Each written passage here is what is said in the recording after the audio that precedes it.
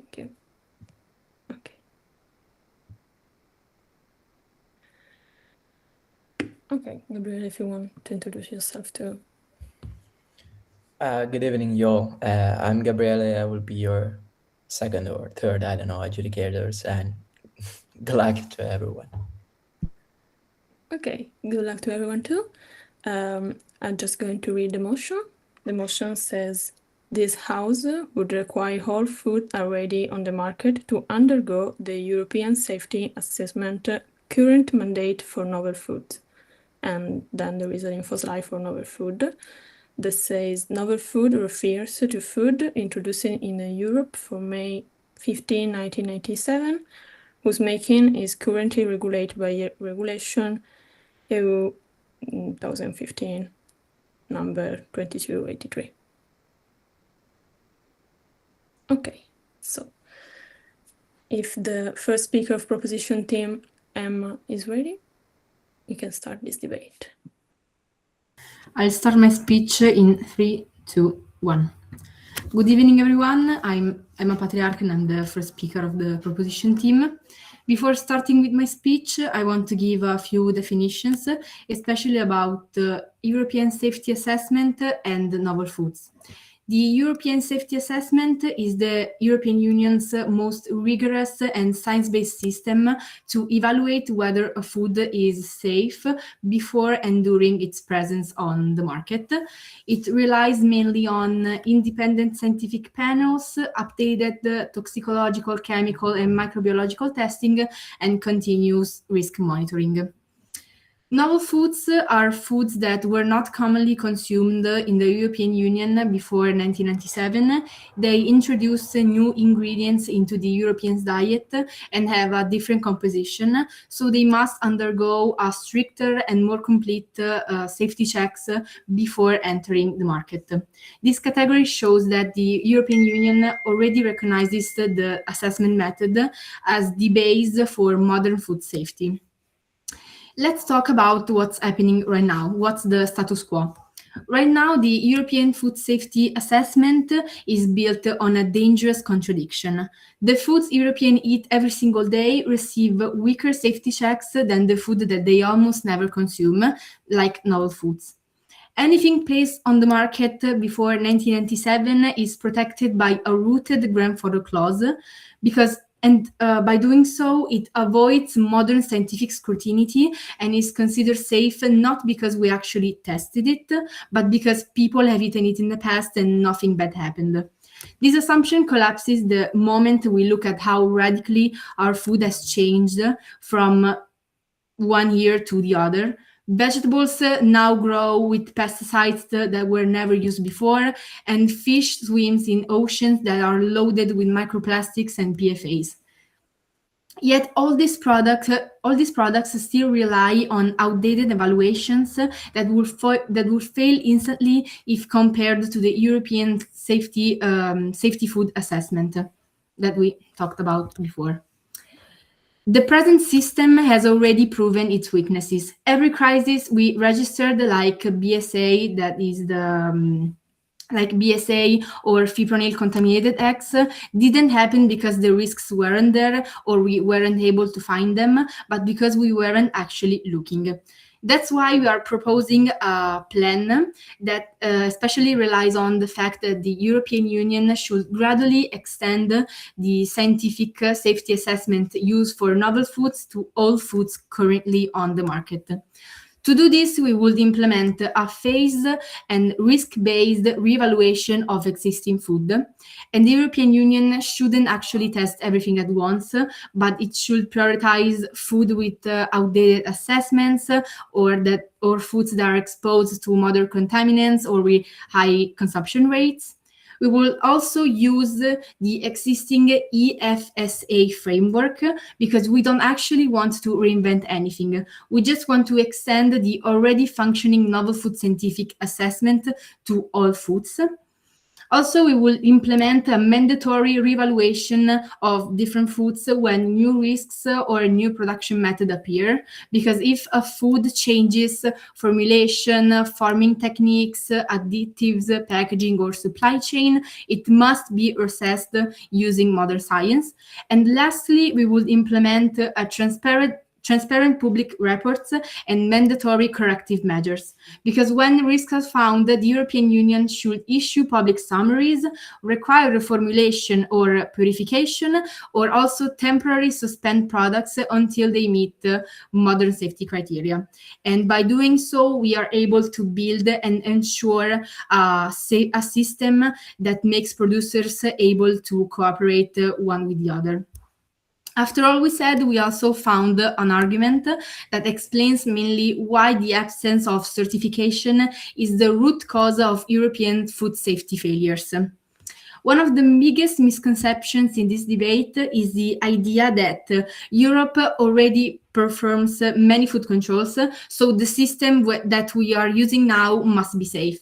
And yes, of course, there are inspections, batch tests, residue checks, and factory examinations, but this control all share a deeper blind spot that makes them fundamentally insufficient.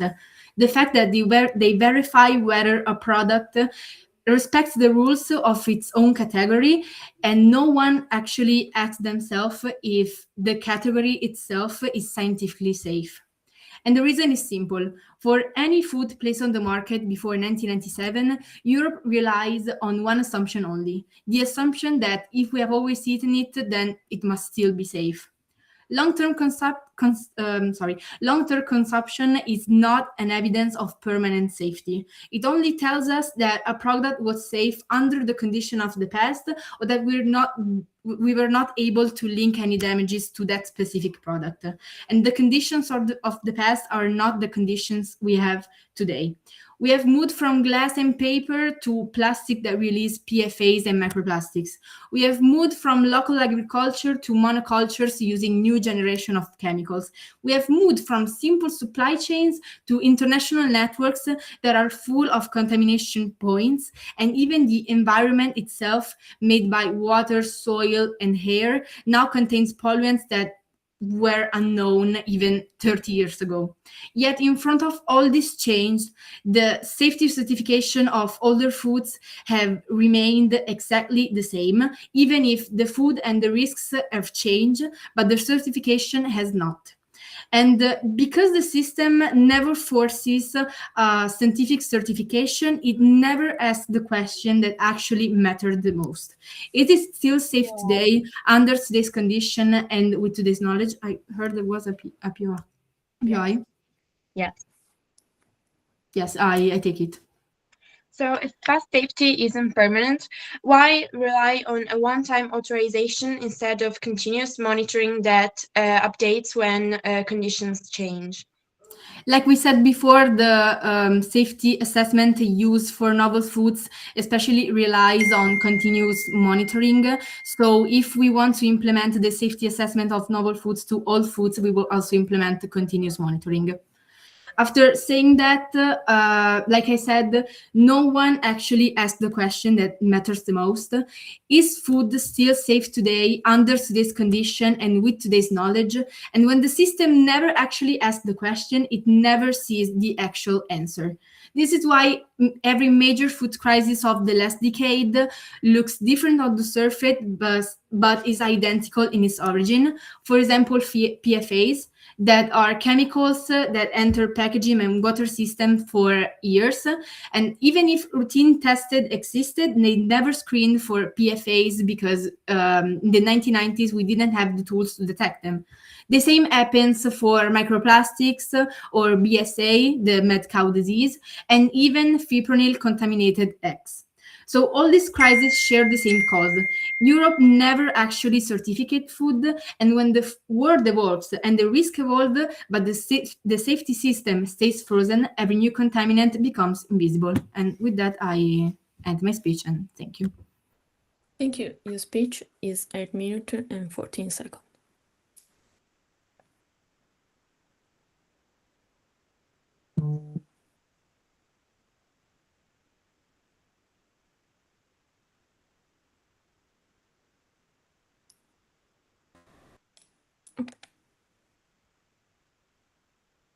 Okay. So let's go on with the first speaker of the opposition team.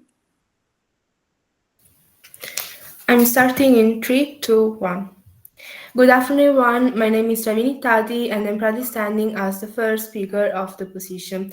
Throughout my speech, I refute what the proposition has stated, and then I present our case with our framing, our themes line, and our arguments.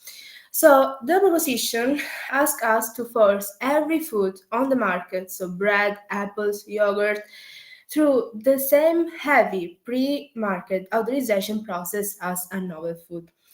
And then the proposition has said that the novel the traditional food don't have a history of safe use, but it is only a legend, we can say. So everything is based on an assumption.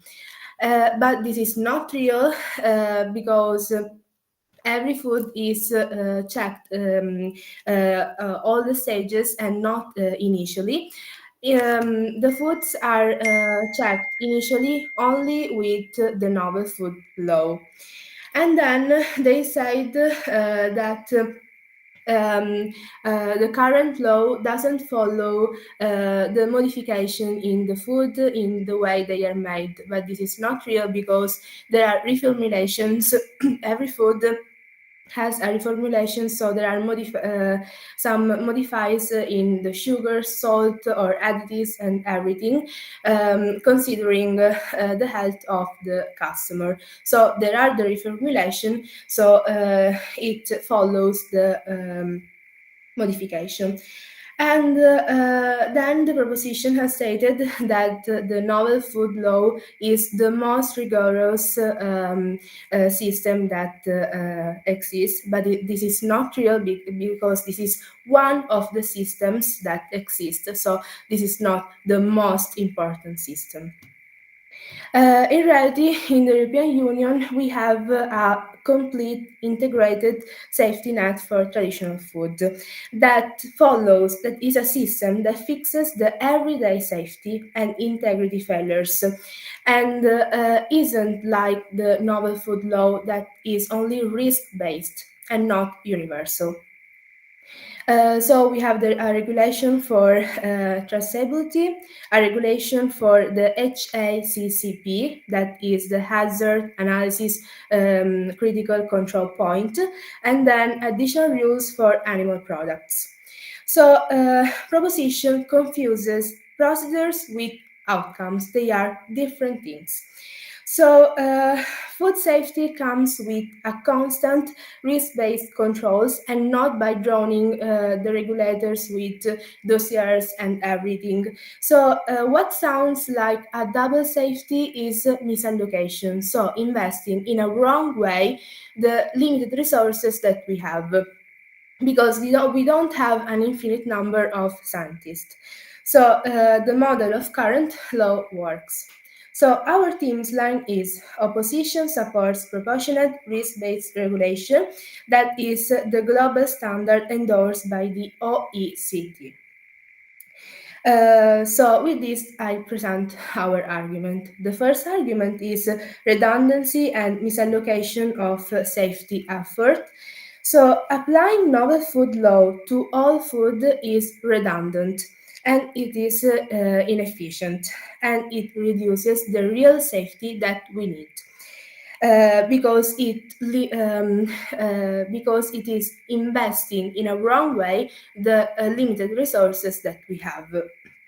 So every food business in the European Union already uses the HACCP, that is a food safety system recognized globally, and it requires identify hazards, so the risks, control them continuously, monitor critical points, documentations, and fix deviation immediately. The novel food takes 2 or 3 years, but this type of this law of the European Union required to fix deviation immediately. So it is a dynamic and daily safety mechanism. By contrast, the novel food authorization is one of pre-market assessment only for the uncertain product. So if we force millions of safe food into this pipeline, we overwhelm the scientists and the regulators and everything, and we create a paralysis. So the inspections decrease, the allergen oversight weakens, so there is a risk also for the life of the consumer. So this is the definition of misallocation. HACCP is already legally mandatory for all the European Union foods. POI. And, yeah. Are you aware that all controls take time and we don't want to check every food at once, like I said before?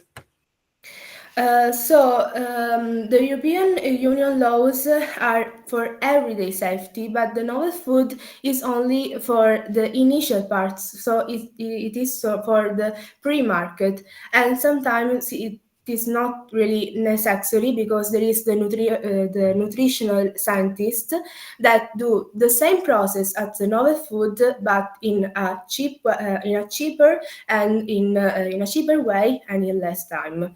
So there are ways and procedures like the novel food, but the novel food is more harmful for the consumer and the agency and everything. So what is the impact of this? So when regulators are overwhelmed by low-risk paperwork, because not all paperwork are high risk, we have contamination events that go unnoticed, because with more paperwork, there are less practical inspections. And the recalls are slower, and there are the allergen risk that increase. So this is a real risk. So safety per unit of effort collapses completely. And then also the consumers face higher prices because these inspections take years and years, so the agencies have to increase their costs and everything, so it is harmful. So the proposition's idea of double safety checks means more safety is wrong. It's completely wrong, because if the second check is misallocated, it becomes harmful for everything. So in conclusion, proposition give you bureaucracy, delays, and less protection. And the opposition gives you continuous, risk-based, and real-world safety. So we are proud to oppose. With this, I finish my speech. Thank you. Your speech is 7 minutes and 14 seconds.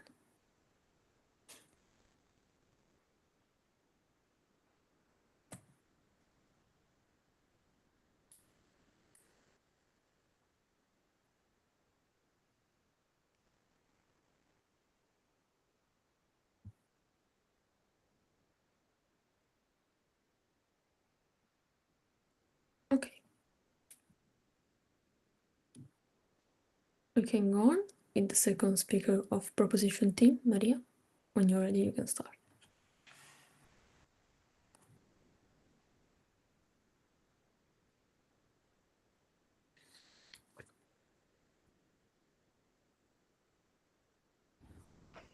Hello, I'm the second speaker of the proposition side. I will first refuse the arguments from the first speaker on the side up, and then I will bring in two arguments.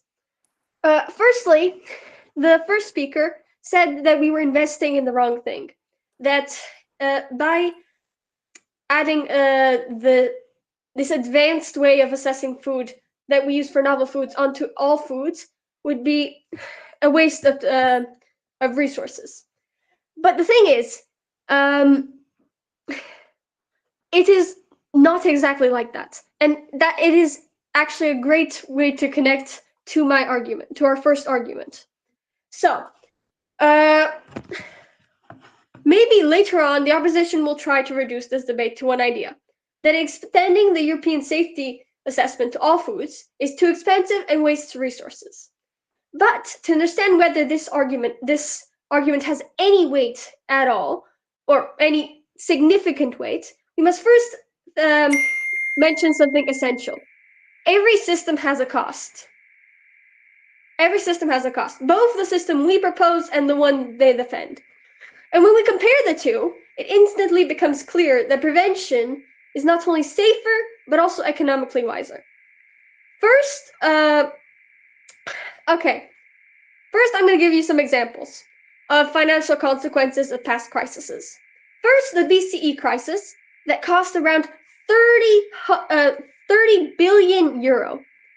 Then the PFAS contamination that was allowed to spread silently for decades because all the older foods were never retested with modern chemistry. And now is projected to exceed 100 billion euro in cleanup and healthcare.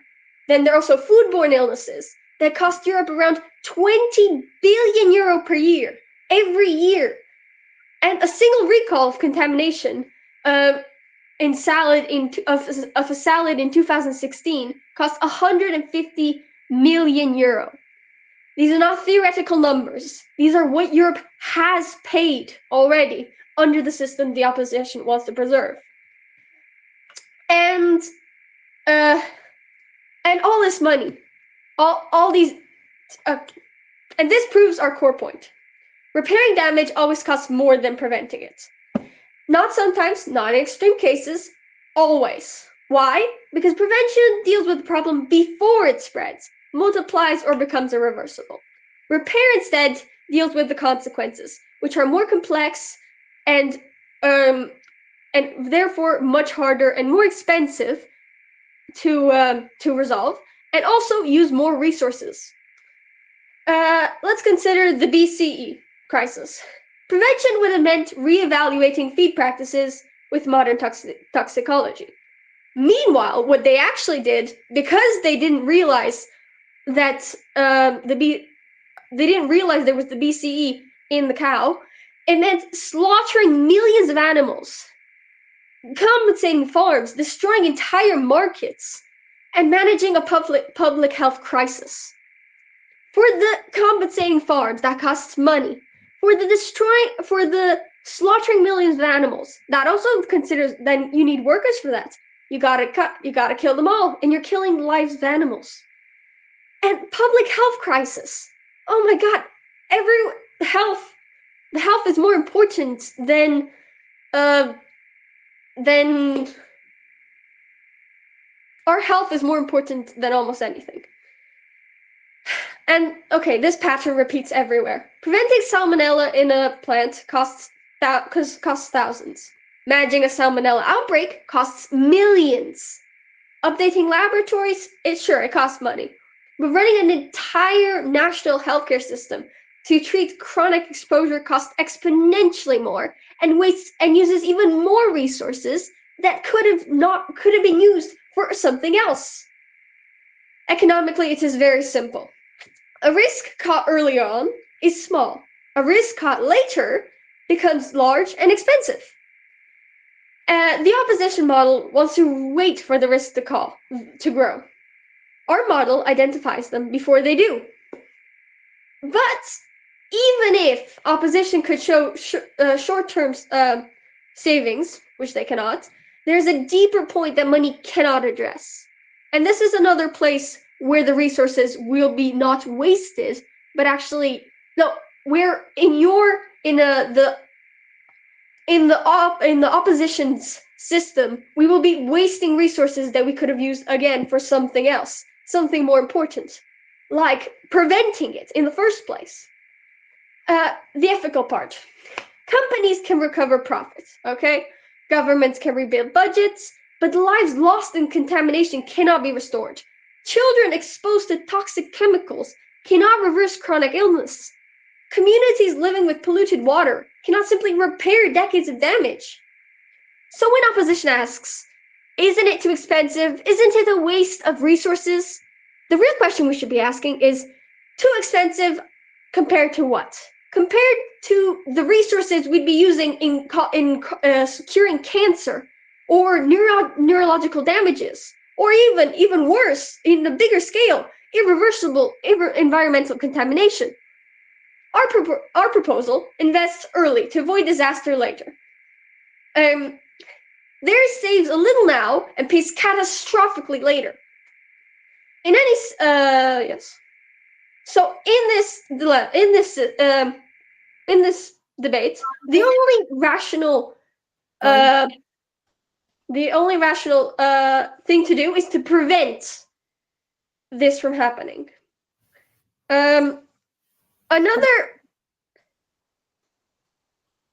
Overwhelms the scientist. This is another computation. She said that it would overwhelm the scientist, but finding the cure for cancer, finding the cure for neurological damage, finding ways to resolve the pollution in the water, the soil, all the animals that eat, and us that eat everything, that would overwhelm the scientists even more. And also, we mentioned that it would be a step-by-step process, not all at once, but every food, the ones that are most important first, and then we go down to all the other foods. And there's one more argument that I'd like to add. Why modern the EU? The EU. Okay. An overlooked part of this debate is the credibility of the European Union itself. The EU's global reputation rests on being the world's most rigorous science-based food safety regulator. European standards are internationally recognized as a mark of quality, but that reputation is not permanent. It needs to be maintained. If the EU continues to rely on outdated tests, incomplete screenings, and assumptions from decades ago, its credibility does not remain stable. It erodes. And when the crisis emerges, as it inevitably does under the current system, the damage is not only the consumers, but the EU's institutional image. We have seen this before in the BCE crisis and the PFAS scandal. Every major food recall further weakens public confidence. Companies do not want people to know the risks because it leads to product recalls, destroyed stocks, financial losses, reputational damages, and even possibly legal consequences. So it is economically better for them to ignore these risks or hide them for as long as possible than telling the truth. And that is why, yes, and that is how I finish my speech. Sorry. Thank you. Your speech is about 8 minutes and 47 seconds.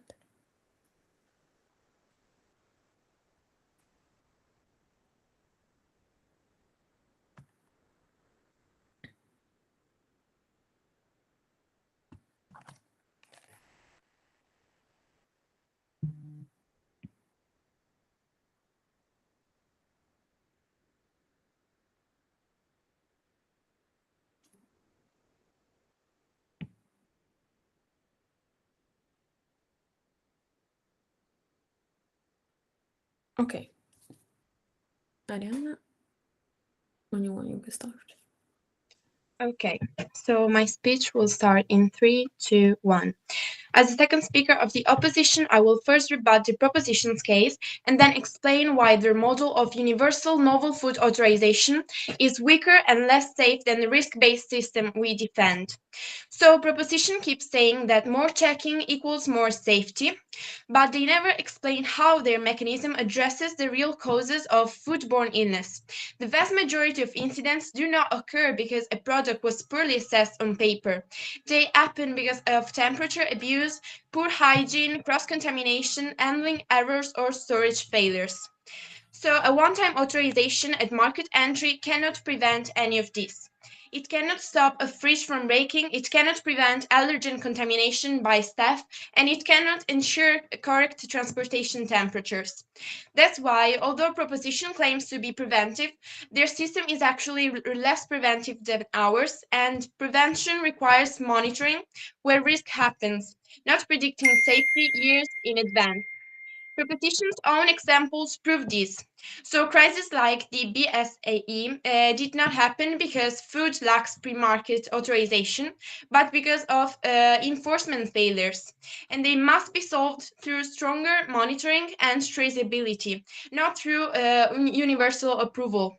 So even if, as they said, prevention should be cheaper than crisis management, this is misleading. So first, their system is not prevention in the real sense, because cost is not the real problem. It is the misallocation that matters. Applying novel food approval to every food on the market would require millions in those years of review and huge administrative resources. This actually increases risk and costs because enforcement is what prevents real harm. So their mechanism is static in a system that is dynamic. Food safety risks emerge every day at every step of the supply chain. And by dramatically increasing administrative workload, proposition diverts regulators away from inspections and enforcement that are the tools that actually prevent harm. This is not more safety, it is misplaced safety effort, and it makes the system weaker. So, proposition also ignores a crucial point about imported foods. Many imported food risks do not exist because there was no pre-market authorization. They exist because banned ingredients are sometimes not correctly declared on labels. These are compliance and enforcement failures, not scientific assessment failures. So requiring every food on the EU market to undergo novel food authorization does nothing to solve this. A one-time approval cannot ensure that foreign producer honestly discloses ingredients years later. What actually stops dangerous imports is border controls, inspections, laboratory testing, traceability, and rapid recalls, not paperwork at market entry. This leads directly to our second argument: one-time approval versus continuous protection. Novel food authorization is by design a one-off decision. Real food safety requires continuous oversight. Food can become unsafe during processing, transport, storage, or retail, long after authorization has been granted. Novel food approval happens before all of this and cannot predict real-world failures. By contrast, HACCP systems continuously monitor critical control points and also require immediate corrective action. They do not wait for people. No, thank you.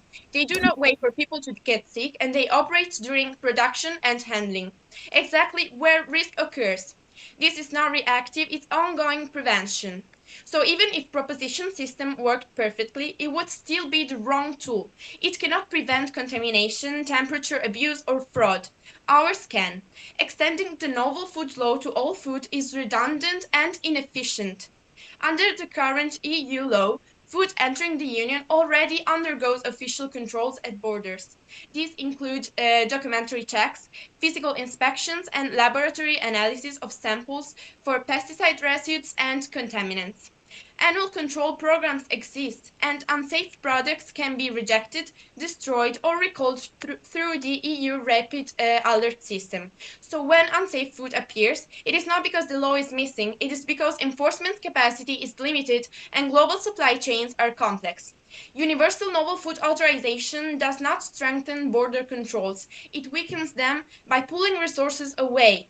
My final argument concerns burden, cost, and harm to reformulation. Using both systems for every food is unnecessary. It is like using a gun to kill mosquitoes. A universal novel food authorization would overwhelm regulators, and it would harm small, medium-sized producers, and it will also raise prices and slow innovation that actually improves public health. Novel food approval requires a large scientific dossiers and years of review. Applying these to bread, apples, or cheese is absurd. Regulators would be buried in application, and they would struggle, and consumers would face higher prices and fewer choices.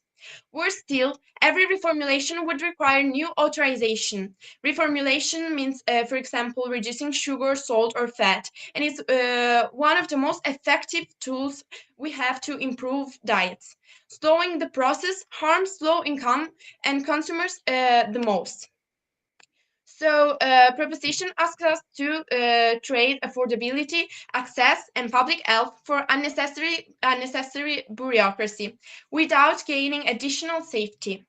In conclusion, novel food law is a scalpel, not a hammer. Proposition uses it as a hammer and breaks the system. Their burden was not to show that more checks sound good, but that forcing all foods through the novel food law produces more safety than a risk-based system, and they failed. We defend a system that delivers the most safety per unit of regulatory effort. So HACCP for daily risks, novel food authorization only for genuine new foods. Their model is not a safety net, it is a paperwork trap. For real protection, real efficiency, and real public health, this House must reject the motion. So even if there are some foods that might contain glyphosate or additives, this is not because they escape checks, but because under certain levels, they are legally permitted and scientifically considered not toxic. So it is actually permitted by the EU and is controlled. This is not a leak of the system, a leak of the laws. This is a policy choice and not a safety failure. So the real challenges today are ultra-processed foods and food fraud. Novel food law does not stop fraud, such as relabeling expired meat or, for example, changing expiry dates. Our laws do, and they provide the best way to solve this problem in an efficient way using all the resources we have. And with this, I end my speech. Thank you. Thank you. Your speech is 7 minutes and 58 seconds.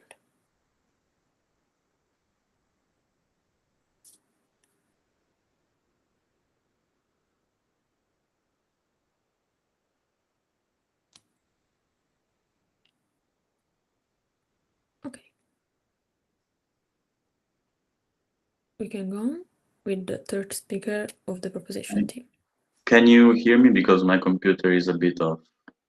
Yeah. Okay. I will start my speech in 3, 2, 1. Good evening, dear judges. I'm the third speaker of the proposition team, and I will do 3 things in this speech.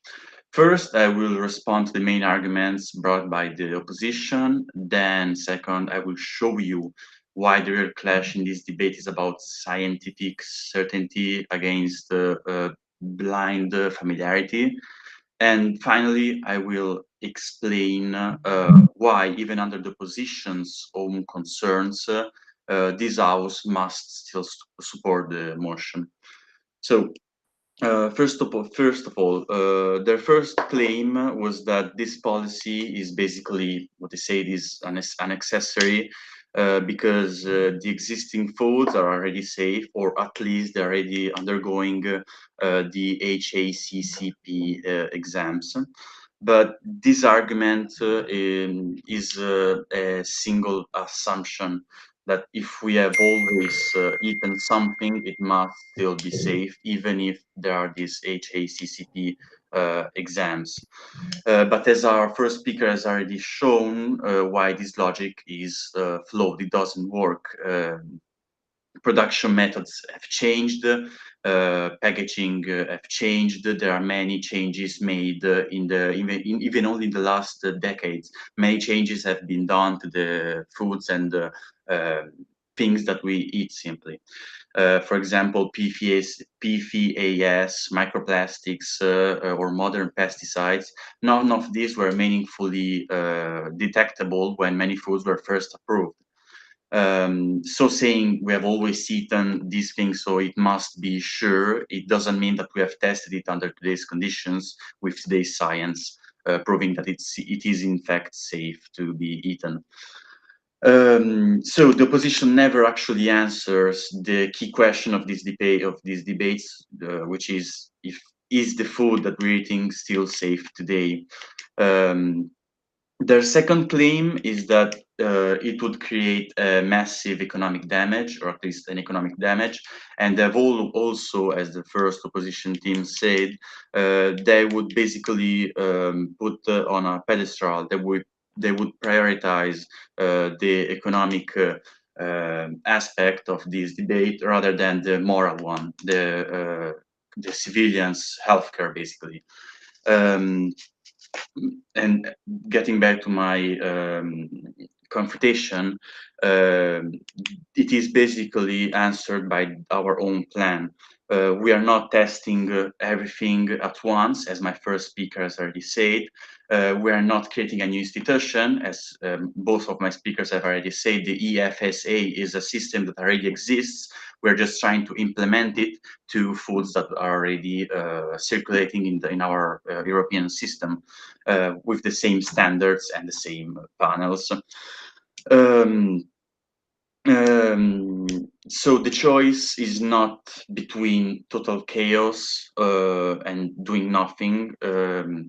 The opposition simply builds a false dilemma by saying that these exams would just be too much of a burden economically. Next, I would like to move on to the real clash, which is familiarity against. Yeah, go on.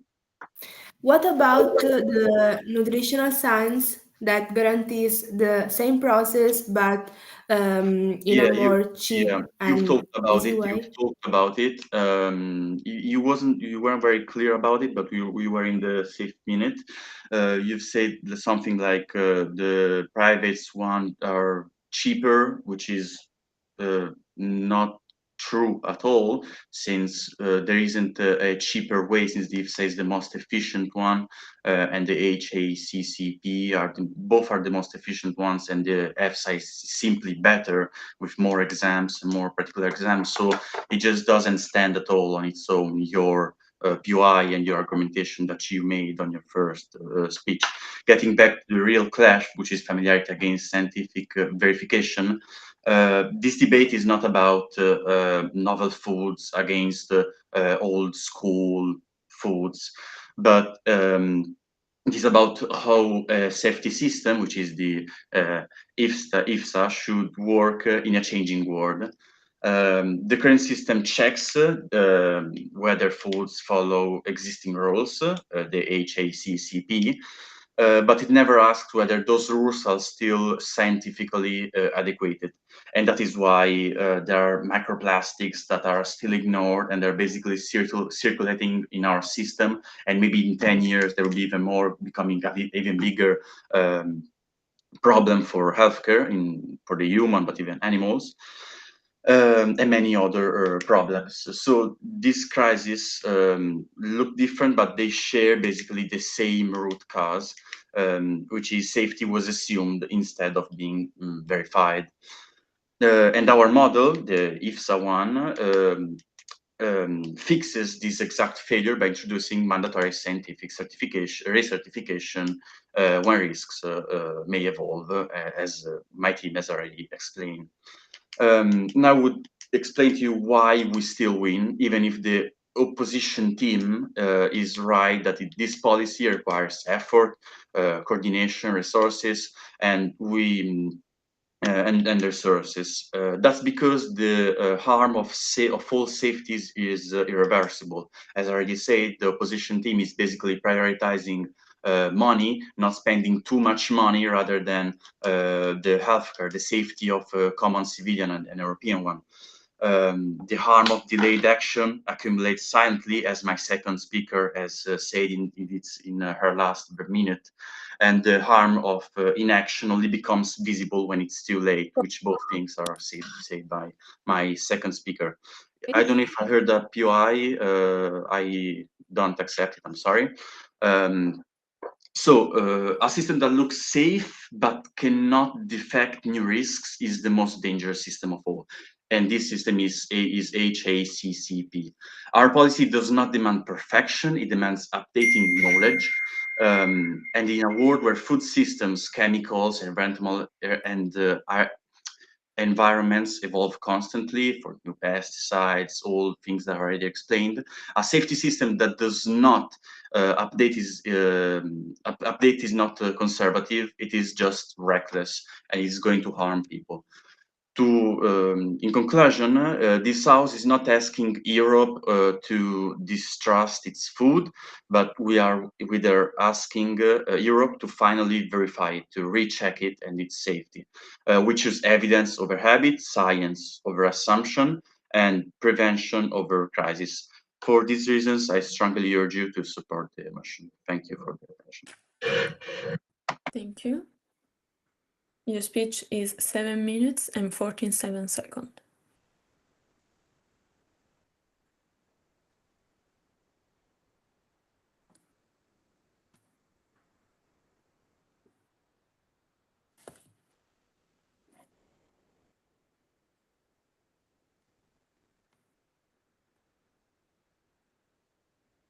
Okay. Anita, when you want. Yes, I will start my speech in 3, 2, 1, go. Good evening, everyone. I'm Anita, and I'm proudly standing as the third speaker of the opposition in today's debate. Throughout my speech, I will first crystallize this debate. Then I will give a rebuttal of everything that has been said so far by the proposition, and then I will reinforce and strengthen my team's case. So, our team has continuously proved that the proposition has a confused idea about both systems that we're discussing. They have a confusion about novel food laws. They said that novel food laws are continuous verification, but instead we said that novel food laws are only a pre-market verification, and it's a scientific verification. They said that novel food laws could solve illnesses, environmental problems, and animal slaughters, but they don't, because how can laws which address the composition of a food solve these problems? Instead, the current laws, they check animal slaughter are checked by the current laws. Problems that present themselves during the market are checked by the HACCP. So this is a misallocation, applying novel food laws with the intention to solve these problems that the current laws can already solve. They've also said that the safety check that is currently applicated is weak, but this is wrong. HACCP is proven and recognized by Codex Alimentarius and the EU as the most effective food safety system. So this is not a weak safety system.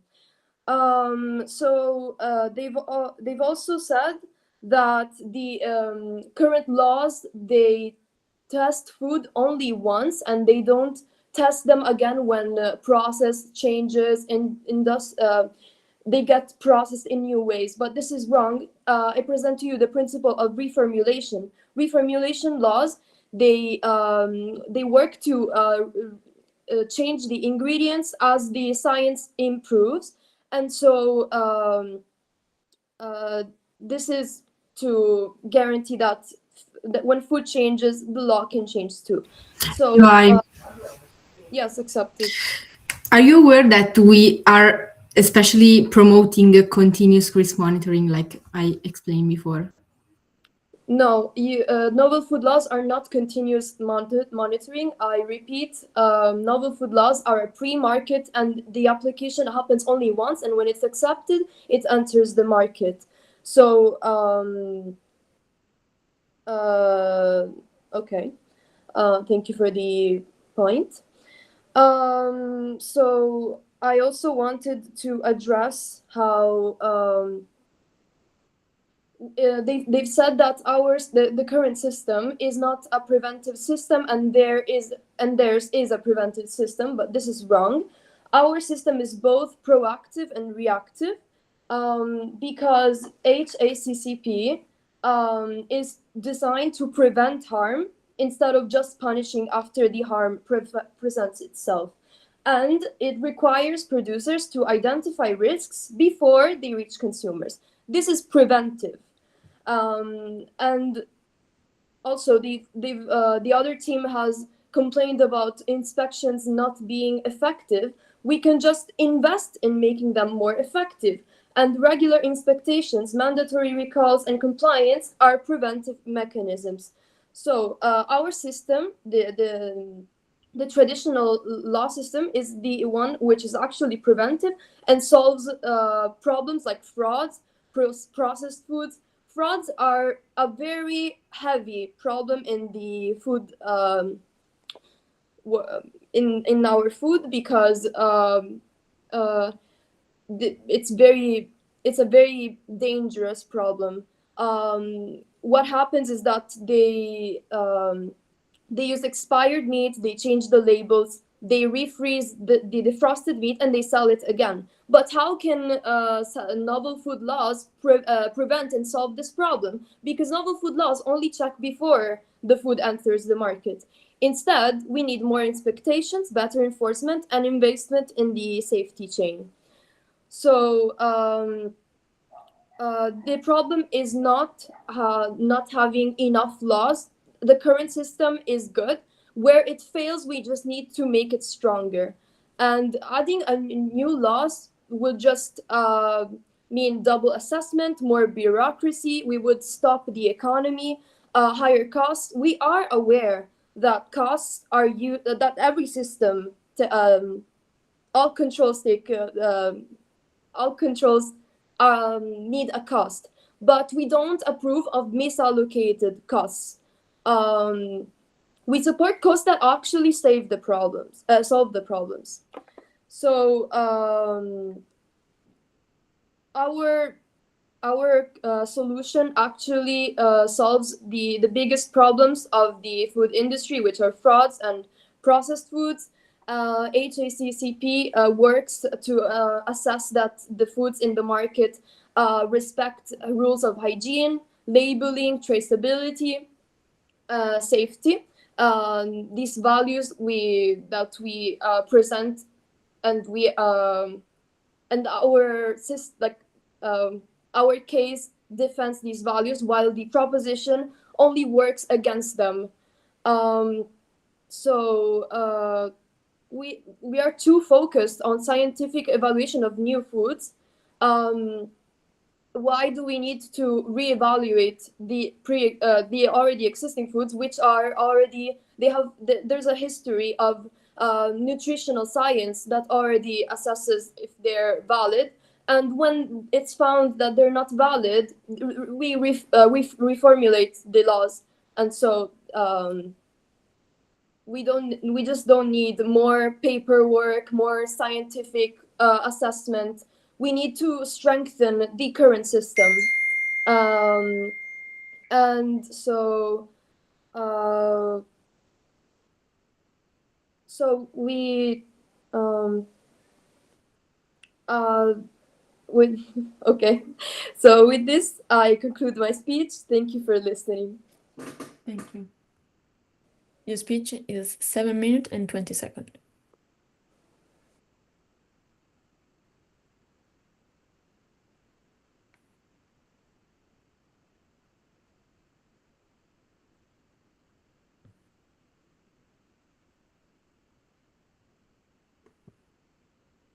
Okay, we can go on with the reply speech. We can start with the opposition reply. Yes. So my speech will start in 3, 2, 1. So as the reply speaker today, I will show you the difference between two words.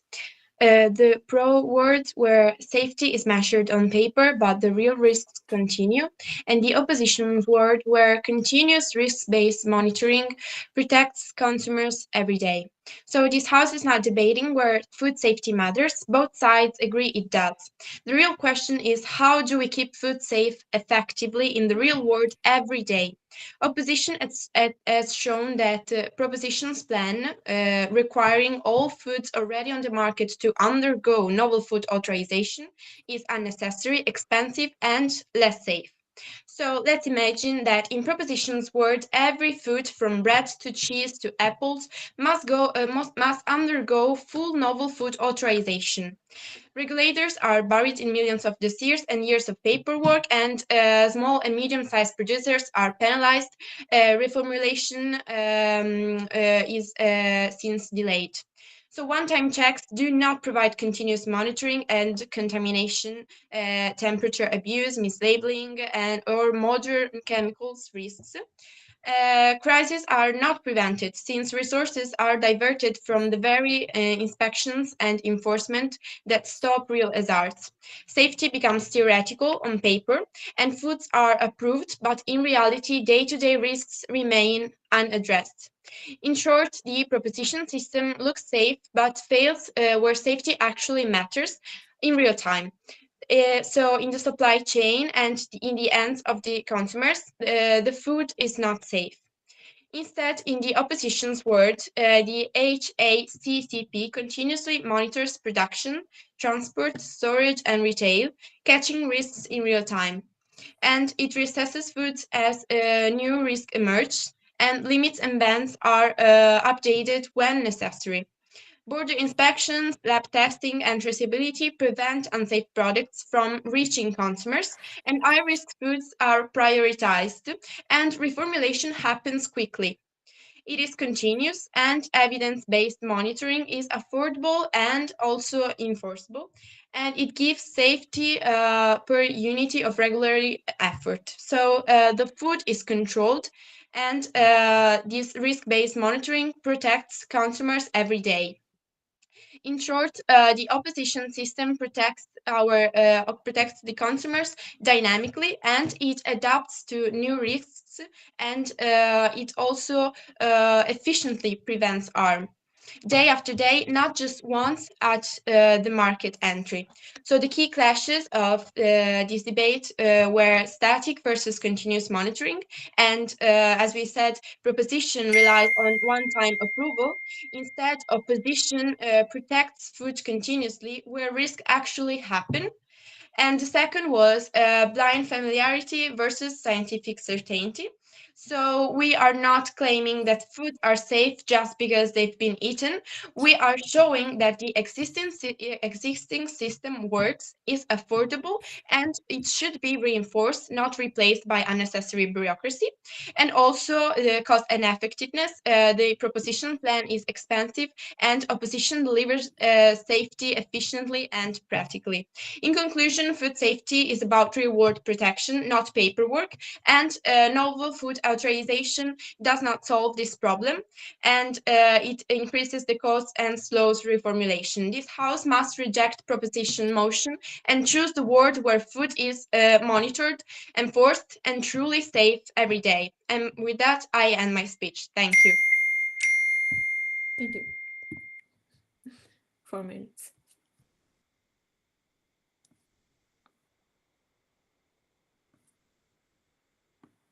Okay.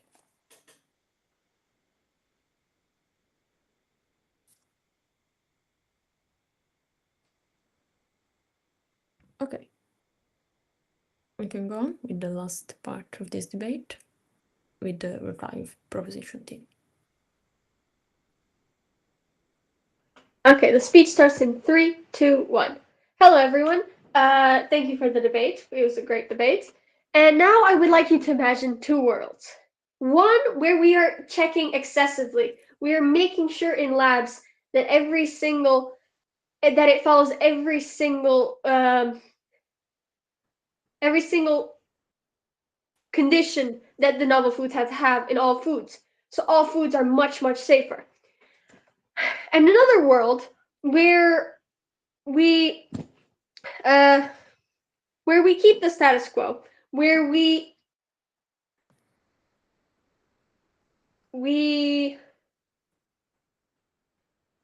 do not go so deep into what is inside these foods.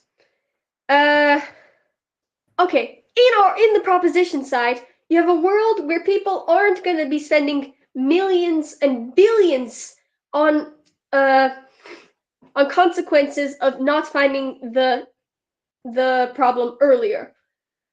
Meanwhile, in the opposition side, people are going to be paying, for example, 30 million euro because they did not notice it sooner. And in the opposition side, not only will it cost more, but they will also be affecting many people, mostly in their health and their environment. So people will be sick with cancer, neurological damage, and many other things. And in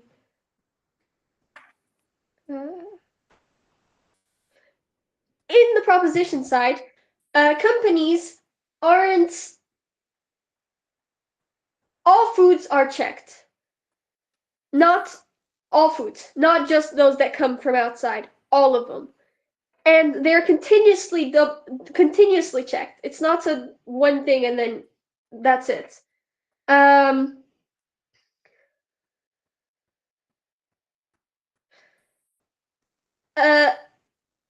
On the opposition side, companies are hiding the risks until they're too big and too hard to contain, and people are, in consequence, getting sick and dying because of it. And that is why we strongly believe that the proposition side, where we implement, extensively implement the European safety assessment on all foods, not just novel foods, is much better and will benefit all of us in the long run compared to what we currently have. Thank you for the listening. Okay, thank you. Your speech is about 3 minutes. Okay. So congratulations to everyone. The debate is finished and just stop the